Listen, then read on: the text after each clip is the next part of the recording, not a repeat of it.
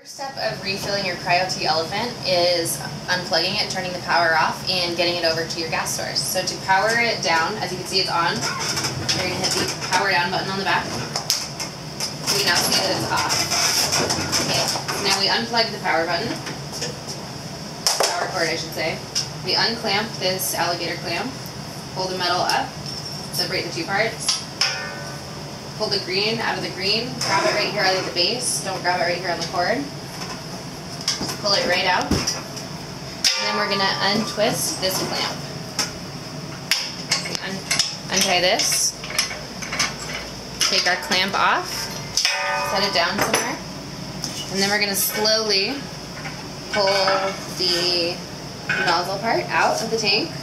Set it in this cool little holder right here. And now we are ready to wheel over to our gas and fill it up. Okay, so what we're doing is we're filling a local dewar here. Anytime that we fill the dewar, we have to pull it off the back because the liquid nitrogen and the nitrogen vapor itself will come down and actually crack that just like it did with us. So we're going to pull it off. Now ours is still has some product in it. If it didn't have product in it, we'd want to make sure that we don't actually just start dumping product directly into the tank because it's thin, the shell on the inside, and it can actually crack. So you'll actually just turn it on and let it cool down with just a little bit of the vapor only coming into it. There will be a whistling sound. That's what you want for about 5 minutes. Then you'll know that the tank will be sufficiently cool to put in the product. So ours is cool. We're going to go ahead and pull it off. You want to make sure that you take the tube, put it all the way down in the very bottom. The fill hose. I take the clamp.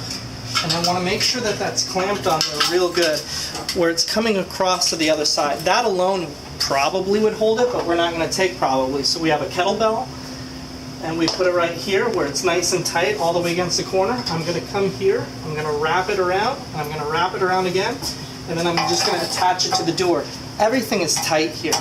This rope now prevents this from coming off. It's another level of security.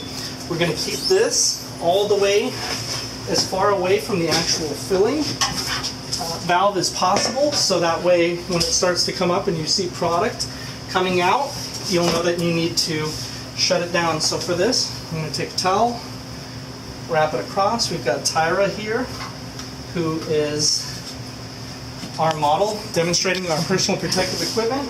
She's got some kind of pants that come down across the boot, so if product hits it, it's going to roll off.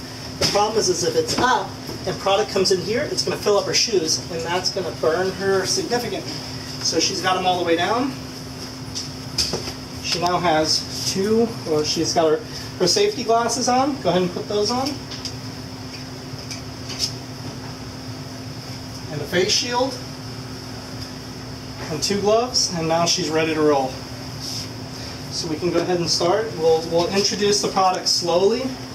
There'll be a hissing sound. The hissing is basically the conversion of the liquid into a vapor. Once the valve cools off enough and liquid makes it past the valve and cools off the hose, like it did just now, it stops whistling. So we're going to let this go until we actually see product dripping on the ground. As soon as you can actually hear it sizzling, you can see it. If you hear either of those, just know that it's coming.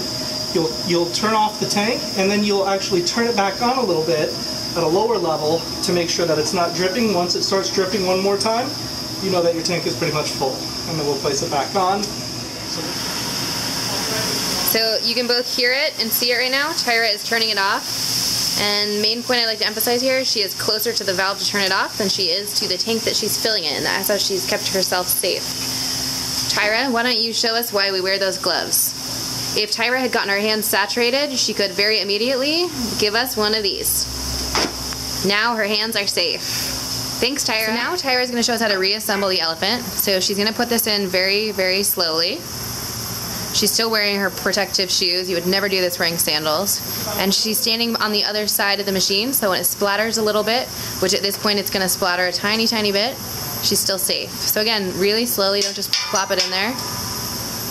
Perfect, good job. So now she's going to start putting the cords back together. So the green goes to green. Now we're going to put together our alligator clamp.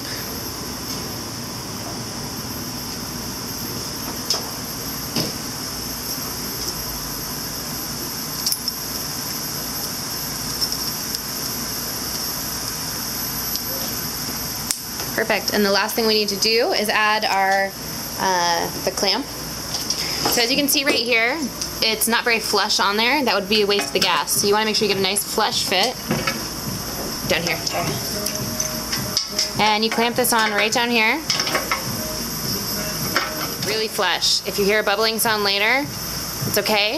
Just go ahead and readjust this, tighten it up. This is what keeps it on there tight, keeps you from wasting gas. The last step is going to be putting our power cord back in. Here you go, Miss Tyra. And again, all the plugs only fit in one place. It's pretty logical. Pop it back in there on the top. And now all she has to do is power on the machine, which is done right there.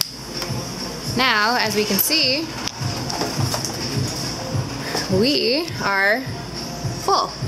One thing to remember about the sensor is that it's not completely accurate. It's not like the sensor in your gas tank. It's judged on weight, and so it might not ever look completely full. Don't worry about that. And that is our complete lesson on how to fill the Cryo-T Elephant.